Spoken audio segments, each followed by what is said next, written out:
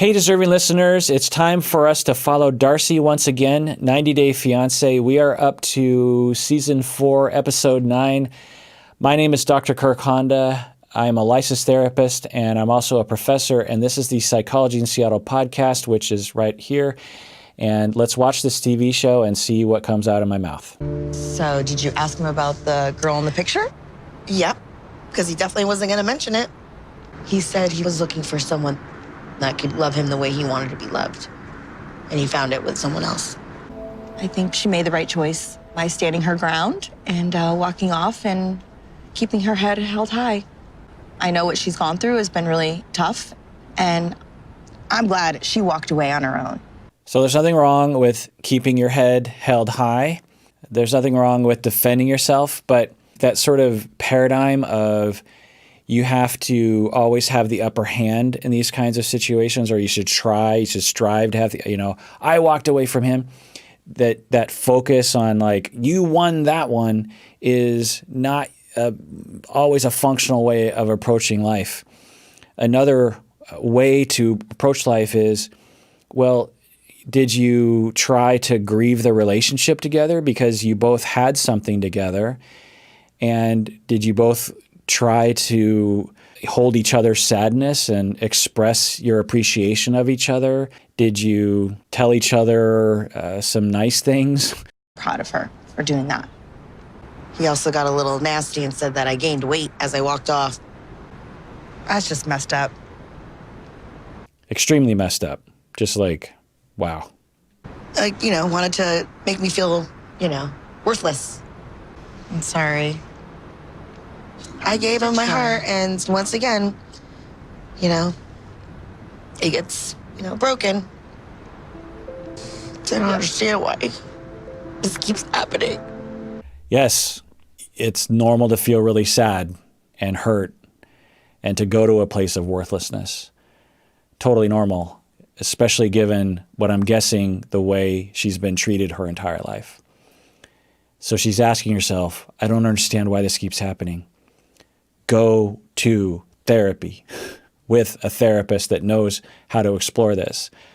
Not every therapist does. There's a certain style of therapy, relational therapists, interpersonal, psychodynamic, some humanistic folks, I would imagine. Maybe a systemic therapist would understand and have the theoretical know-how to explore that with you.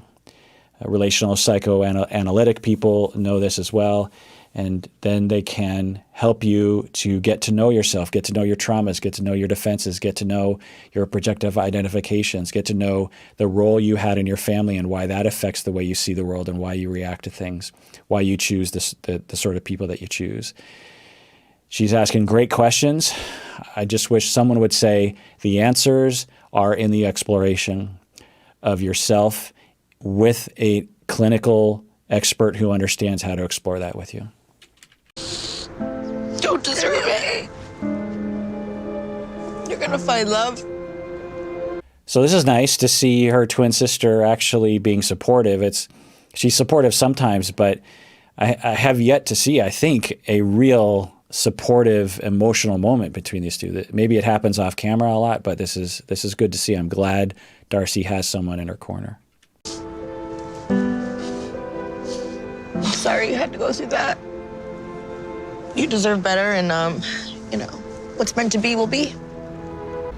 Just think positive, and you'll get through it. I don't recommend saying that. Just think positive and you'll get through it. I mean, maybe that's helpful to Darcey, I don't know. But when people say that to me, it annoys me. It's like, just think positive? What positive spin could I possibly put on this right now? And is it just that simple? And are you saying that if I think negative, then it's my fault? Like, I recommend not saying things like that. Just be with people.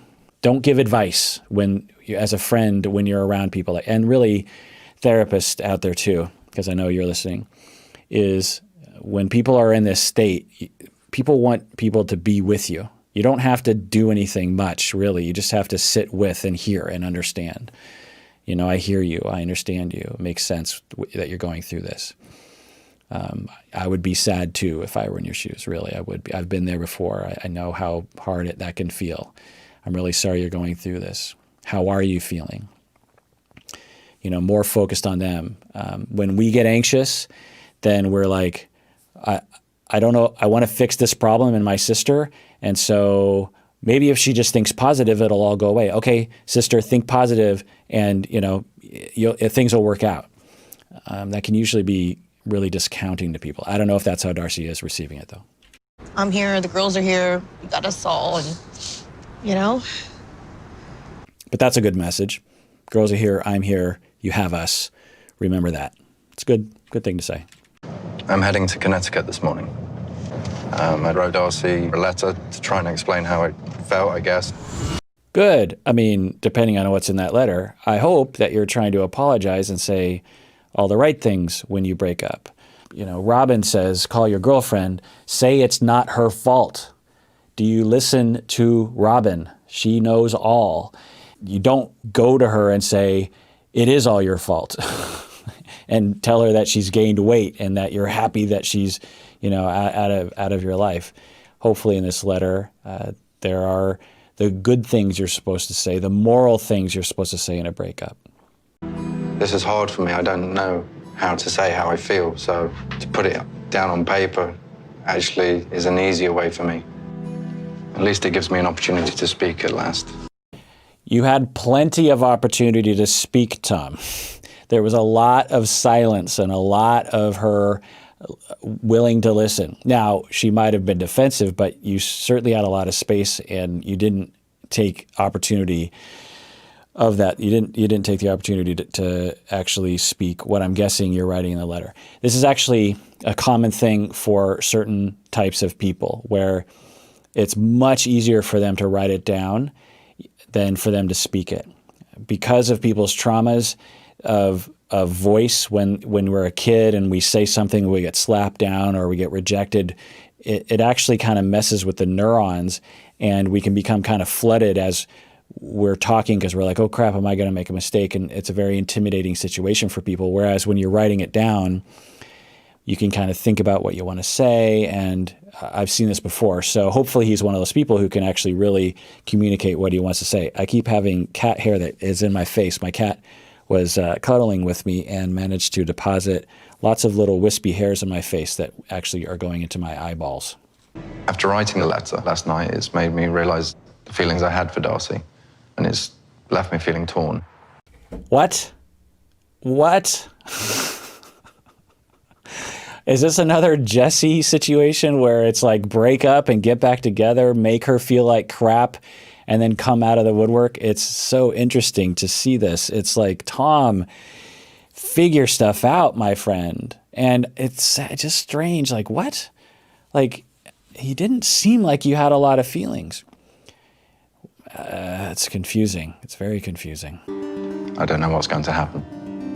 I only have a short window of time left in New York, and I want to see if I can make things better with Darcey.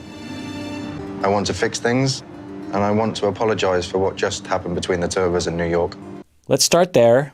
Apologize for what happened. I'm glad you have that impulse that differentiates you from Jessie quite a bit, which is wonderful. And then after that is done, maybe, you know, broach the topic of you are having feelings for her again. So I don't know. Let's see where this goes. But my worry is that he'll start with that he's having feelings for her again. She'll get upset and reject him, and he won't get a chance to really apologize. But I haven't been able to contact Darcey. It seems unblocked on all forms of communication, so there was no option other than to see her in person. I just want to be able to tell her how I feel, I guess, and I don't think I ever have been able to. You know, I love Darcey. So just send her a snail mail. Don't corner her. Don't surprise her. I don't know. I mean, maybe she'll like it, but there's too much at risk. Like, send a snail mail. There is a post office still. And the letter indicates how, you know, for me, a relationship should be built from the bottom up. Put a strong foundation with someone that you love, and then hopefully with enough time and effort on both parts, you get to a place where you want to be, which would be getting married and would be settling down and would. What? What is happening? I mean, it's weird. Were you not dating another woman? Did you not post a picture of you and another woman? Did you not say that you found another woman that finally loves you for who you are? Did that woman dump you and now you're alone and you're coming crawling back to Darcey? What is happening right now? It's mind-boggling. Do you want to be on a reality TV show and you miss that limelight? What's happening? Be having a family. I still love Darcey a lot, and she needs to hear what I have to say to her. I don't particularly think it's going to go rather well. So why do it? I think in life you meet people that you connect with on a really strong level, and I want to see if I can have my happily ever after with all the things I wanted, and for the small glimmer of hope. Okay, so if we're going to believe this, which there's a lot of dubiousness to this, but let's take him at his word. He regrets it. He has a change of heart. He wants that he's, for whatever reason unknown to us, his love for her has rekindled, and he is now talking about marriage. Why would this happen? Well, it's possible that he did date other people and they didn't chase him enough, not because he's a psychopath and he wants people to chase, but because of his traumas. It's led him to be very unexpressive, as people have called him, and to avoid vulnerability. And so he will distance, and so he very much needs someone who chases a lot. And Darcey, because of her traumas, exhibits preoccupied attachment and chases a lot because she's pretty much in a constant state, probably, of anxiety about losing people. And he misses that because other women that he's dated in the interim were not as preoccupied or something. And so he misses that, and he's like, okay, that did feel good, and that's why I want to go back to her. Another possibility is that his sister changed her mind and started to push him around a little bit and say, like, well, why did you just do that? Or, that's hard. That'd be a hard scenario to imagine. But, I'm just wondering if this has something to do with him being a leaf in the wind, like I was talking about earlier, how he never really matured or differentiated enough to the point where he really knows what he wants, and instead just randomly grabs onto little bits inside of himself. The analogy I always use to a sense of self is when we're young, 2, 3, 4, we don't have a sense of who we are. We are just unbridled emotion. We just, like an 18-month-old child who is having a meltdown, if you were to ask the child, what are you feeling right now? They'd be like, I don't know, get out of my face. They don't have that awareness yet, naturally, developmentally. And it's up to parents to help nurture that in the child, to help to develop that by saying, okay, you're really upset, or okay, you look hungry, okay, you look like you're having a good time.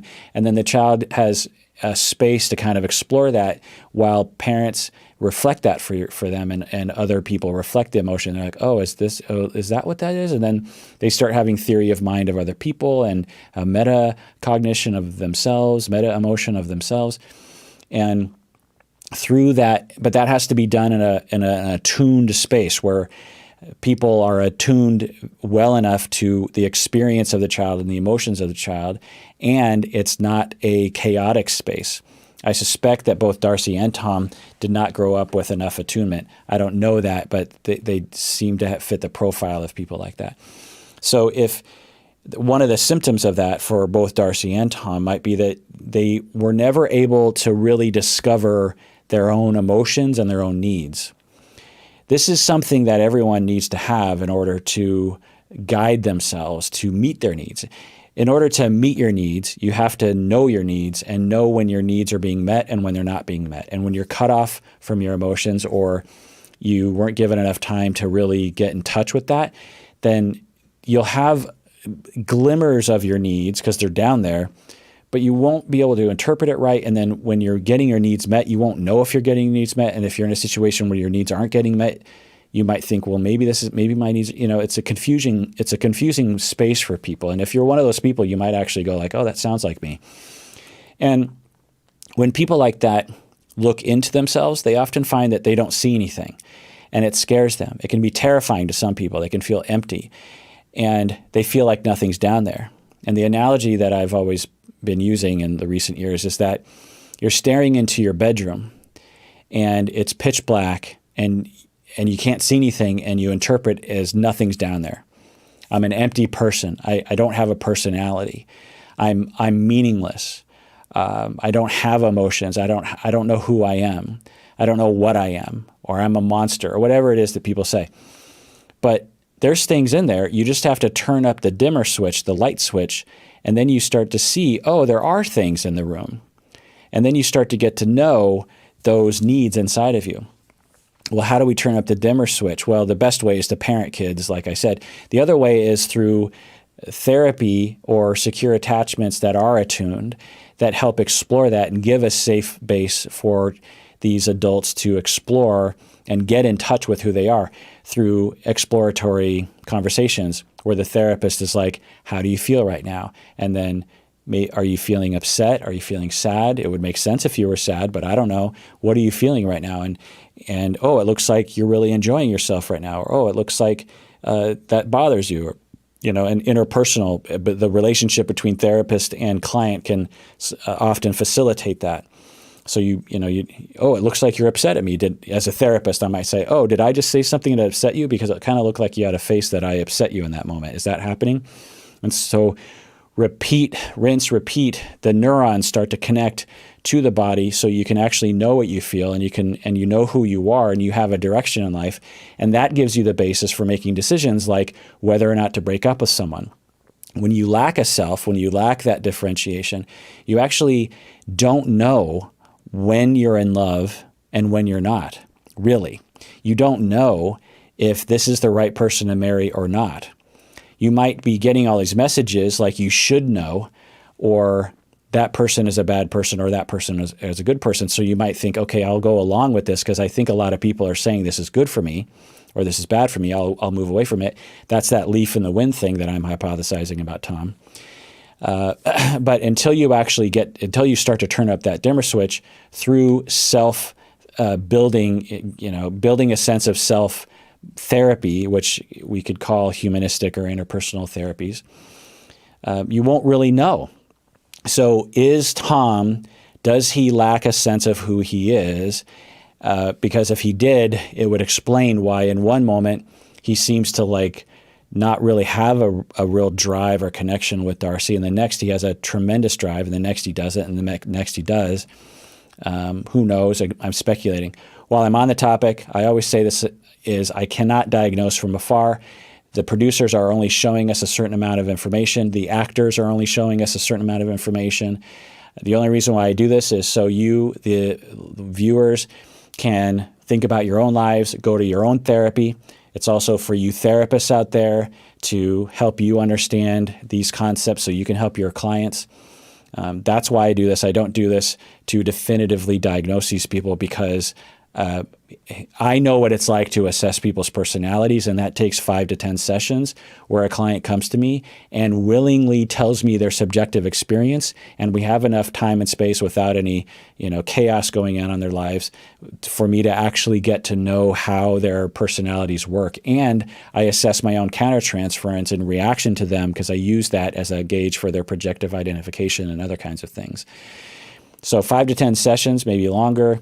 Then I have some pretty solid hypotheses about their personalities. There's no way I could get that from a TV show. So I'm just speculating. Also, while I'm on the topic, subscribe, hit the bell below so you can get notified and become a patron of the podcast on patreon.com. I can't overemphasize how wonderful it is if you were to become a patron if you haven't yet. Let's get back to the show. If something better from this will come, then I'll do it. I mean, this is like walking into the lion's den, and hopefully the lion's been fed.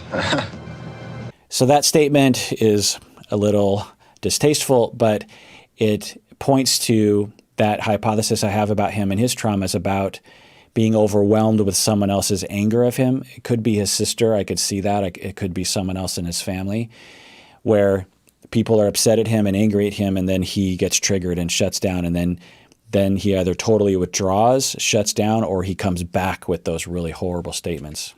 There are the 2 cars. There must be theirs there. So what's he going to do? He has a letter. Just put it in the goddamn mailbox.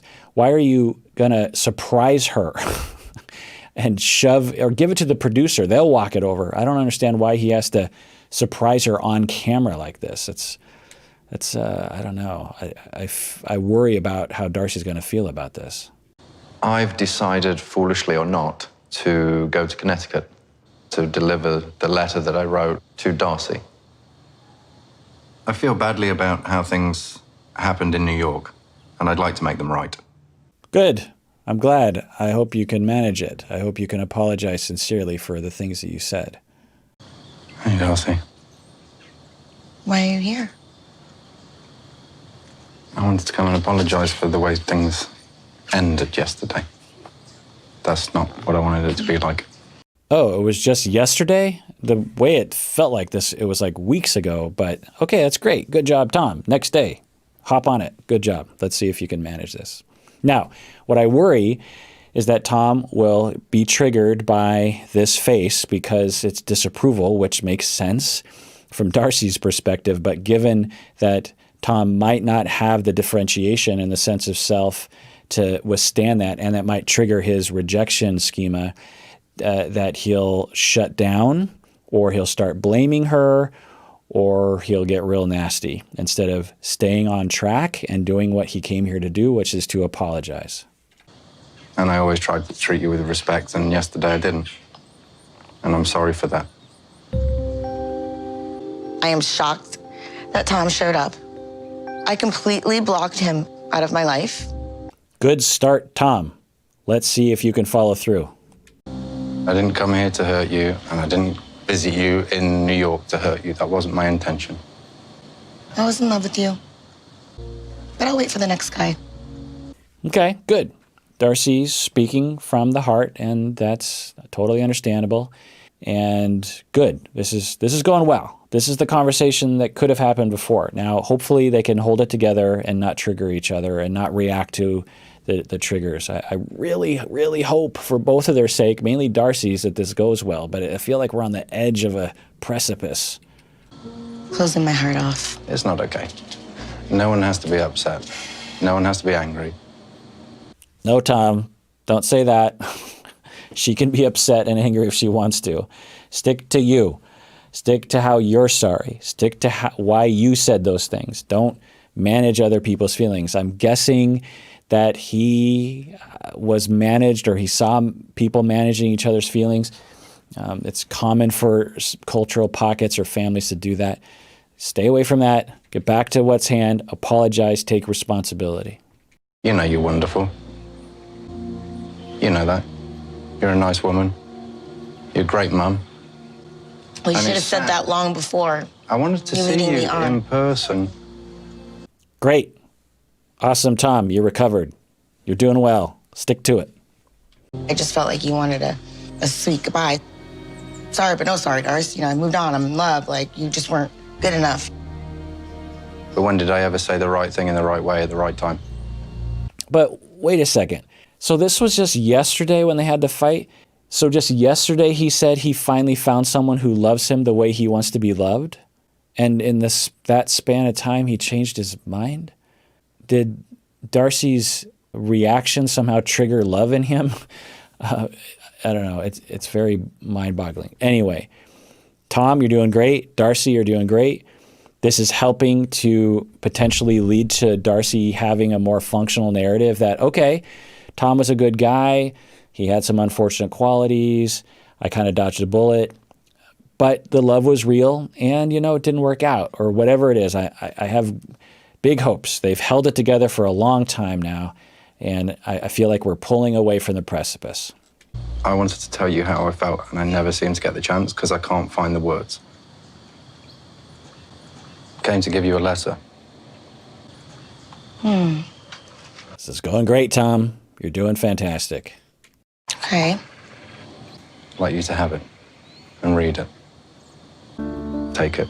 So right now, Darcey's kind of in a pickle because it's like, I sort of moved on from you, and now you're asking me to read a letter that could open up my heart again, and it could hurt. So it's unclear what the best course of action for Darcey is. So I get why she's hesitating. I don't know. Not really feeling comfortable with that. He had all the time in the world to tell me these feelings. Why now? Why in a little letter? No thanks. Nothing in there that's going to convince me that he ever cared. Yeah, but maybe there is something in the letter that can convince you that he cared. Why? Those two things can exist at the same time. You can hate him and be glad he's gone, and also recognize that he did care at some point. Both things can exist. Now, Tom is sort of in a pickle now too, that this is going to challenge his differentiation. I'm quite positive that if he sticks with this, she will accept the letter and she will read it. The first time he tried, it didn't work. Now, the avoidant thing to do is I'll extend myself, and he's really extending himself beyond his comfort zone right here. As I said in previous episodes, when the avoidant attached people will extend themselves even a little bit and it doesn't go well, they quickly retract and say, see, it never works out. No one ever cares about me. Good riddance. They're a terrible person. So he's already extended himself quite far, but he's got to keep going. He has to say, I'm really sorry. You know, there's a crack in the door there that he can open up. That now, I don't know how I feel about him saying he wants to get back together with her, but at the very least, the message of like, I do care about you. I am sorry about what the things that I said. I never should have said those things. You're a good person. He's already said that. You're a good mom. He's already said that. So I hope that Tom continues to press the charge. So I'm just tired of being hurt. It's not fair, and I'm not going to allow it anymore. At some point, you have to say no. That's for you. Oh. That's what I think and feel. And it's something for you. I'd rather not know. So this is a really rough situation because, as Tom says, he has a hard time verbalizing what's in his heart, and he wrote it in a letter. But in order for her to take the letter right now, he has to verbalize it to warm her up so she'll take the letter. This is heart-wrenching to watch. Now, I don't know what's in the letter. I mean, maybe it's awful, but I suspect it's helpful to Darcey. I don't know. You should have said this happened months ago. You should have said, I'm not in love with you. I'm not really feeling it. Months ago. We don't need to get into that. That's not what I'm here for. It was here to come and say, look, I'm sorry how things were the other day. Yeah, but you said you're in love, so go ahead. Be in love. Bye-bye. Nice knowing you. Again, Tom, persist. Don't bust the door down and don't stick around, but try another avenue. You know, put the letter in her mailbox. Send the letter to her sister for her sister to read, and then her sister, if approves, gives it to Darcey. There's other avenues here, Tom. You know, keep going. You did a good thing. It makes sense that Darcey's angry. It makes sense that she's trying to protect herself. Hopefully, Tom can see that. Jerk. So he just came to throw it back in your face. Throw it back in my face. Well, that's exactly how it was going to go, wasn't it? At least take the letter and read it. I'm pissed off that I actually wasted my time coming here today. I'm over that. Trying to be Mr. Nice Guy. Playing it cool. Okay, he left the letter. You know, hopefully it doesn't rain. Hopefully she reads it. Hopefully the letter is helpful to Darcey. There's a lot of unknowns here. At least I can say I tried. But, you know, same old Darcey. Yeah, you tried, but you could have tried harder. See, that's that thing of just like, well, at least I tried. It's like, well, the damage you did, I don't know if you tried hard enough to overcome that damage. Yeah, you tried, but you could continue to try. It's not the end of the game. There's a lot of different things you could do. And if you continue to try, maybe it'll prove to Darcey that you care enough. I don't know. It's really unfortunate that this happened. First time in Connecticut, and it's most certainly my last. Having the door slammed in my face was perfect fitting ending to what we were. The first 2 or 3 seconds, it was nice to see her. And then she remembered how much she hated me. I understand she's angry and she's hurt, but it doesn't have to be like that. It kind of does. You said some awful things, and you basically cheated on her. She's going to be upset, and she's going to be extremely suspicious of you. So if you really wanted to see if you could at least apologize, then, you know, accepting that people have emotions is an important thing. So I don't know. He vacillates so much, and I can't tell if it's that undifferentiation piece, that lack of self piece, or something else. I don't know. I've come here, tried to be respectful, tried to apologize for being slightly rude the other day. Slightly? The least she could have done is accepted that. I wanted to see her, I wanted to see what it was like. You know, I'm heading back to New York, knowing now 100% that whatever me and Darcey once had is no more. So when he said that yesterday, they had a big fight, and he said some nasty things, and then the producer asked him, you know, is this over? And he said 100%, it's, you know, totally done. Then the next day he wakes up and he wants to marry her, which seems strange, but he wants to apologize, which is, I think, from his heart, which is good. Comes out, things don't go well. Now he's reverted back to that space of self-defense where, you know, there's something wrong with her. I'm glad good riddance. And that's an avoidant thing to do. When avoidant people extend themselves and it doesn't go well, they retract back to, I don't need people. I'm done with that person. I never needed them. But in fact, in their heart, which they have a hard time connecting to and noticing, they have all these attachment needs that are not being met, all these needs for acceptance that are not being met, speculation, but there are some signs of that. I actually found some happiness with Shannon. God knows after putting up with Darcey, I deserve it. I've had a bit of a bad time with Darcey, let's face it. But this leaves me in a very good position now. Finding closure with Darcey has made me realize how special Shannon is. So it just points to a lack of self, because for him to vacillate so dramatically from in the span of 24 hours between I found Shannon who loves me for who I am and I don't want to be with Darcey, to I'm in love with Darcey and I want to get back together with her and maybe get married to her, to I'm done with Darcey and Shannon is great. It points to that. I can't know that for sure because I'd have to ask Tom what's going on with that, but there are some indications of that. I can't think of anything more I want than just to be with her right now, in fact. I think Darcey's going to wake up one day and realize all the hurt and upset she caused. And when she wakes up as a 55-year-old woman alone, she's only got herself to blame. No, she doesn't have only herself to blame. Tom thought that he was doing the right thing by giving me this letter, but I don't need to hear it. And I think he just always wants the last word or say. But I'm not going to give him that. I'm glad that Darcey stood her ground, because whatever he had to say, I think it's irrelevant now. I saw that he put the letter on my car windshield on his way out. I don't want it. Can you go rip it up, throw it away? Yeah. Yeah. Bye, Tom. So, yeah, I can respect that. I wonder if the letter has anything in there of use for Darcey. It could harm Darcey in some ways, so maybe it's best that she doesn't read it. You know, it's hard to know without knowing what's in the letter. All right, well, that does it for that episode of Psychology in Seattle, in which I react to 90 Day Fiancé following Darcey. Tune in next time when we continue with Darcey's story. I wonder how long the story will go on for.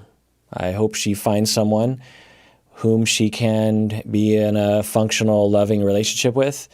I also really hope that she goes to therapy so she can learn more about herself, heal from some of her traumas, and set herself up for greater success in relationships in the future. All right, everyone out there, please take care of yourself and go to therapy go to therapy if you need it because you deserve it. You really, really do.